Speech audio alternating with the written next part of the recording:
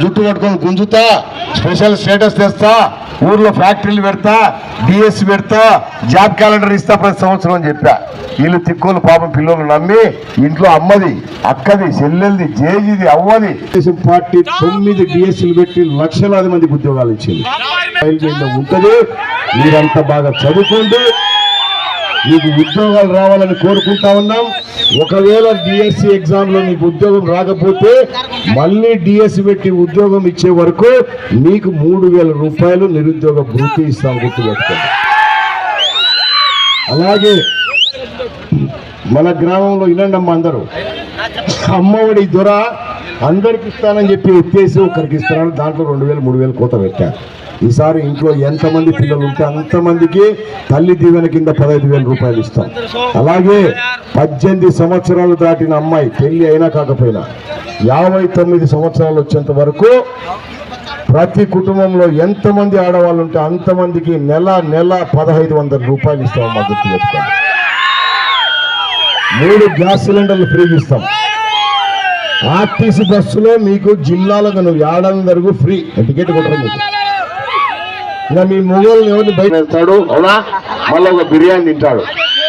అందుకే మీ మొగలను పంపించకుండా మీరే బస్ ఎక్కిపోతుంటారు. సరుకులు కావాలన్నా 1,000 రూపాయలు సున్నా వడ్డీ డబ్బులు ఇస్తామమ్మా.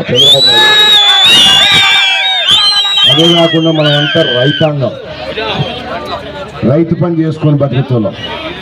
ఈసారి రైతులకందరికి కూడా ప్రతి సంవత్సరం పెట్టుబడి కింద 20,000 రూపాయలు రైతులకు ఇస్తాం.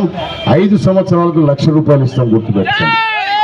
బుడ్డలా చేయడం అని యా ఊరు ఆడుందో యా మూల కూడా తెలియదు కదా. నా కొడుకు వాడు కూడా తిట్టి, నా కొడుకు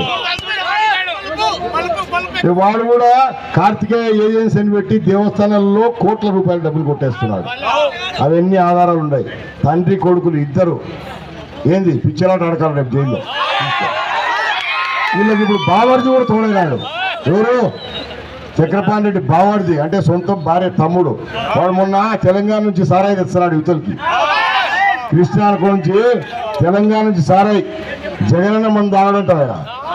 అంటే మనం తిక్కనాకుడు వాడికి జగన్ తయారు చేసే తాగాల, తర్వాత తెలంగాణ మనం తాగాల కదా. తెస్తా అంటే మనం పట్టించినాం, 100 కేసులు దొరికినాయి. వాడు కేసులు ఇరికిచ్చినాం ఇప్పుడు అని, అవునా.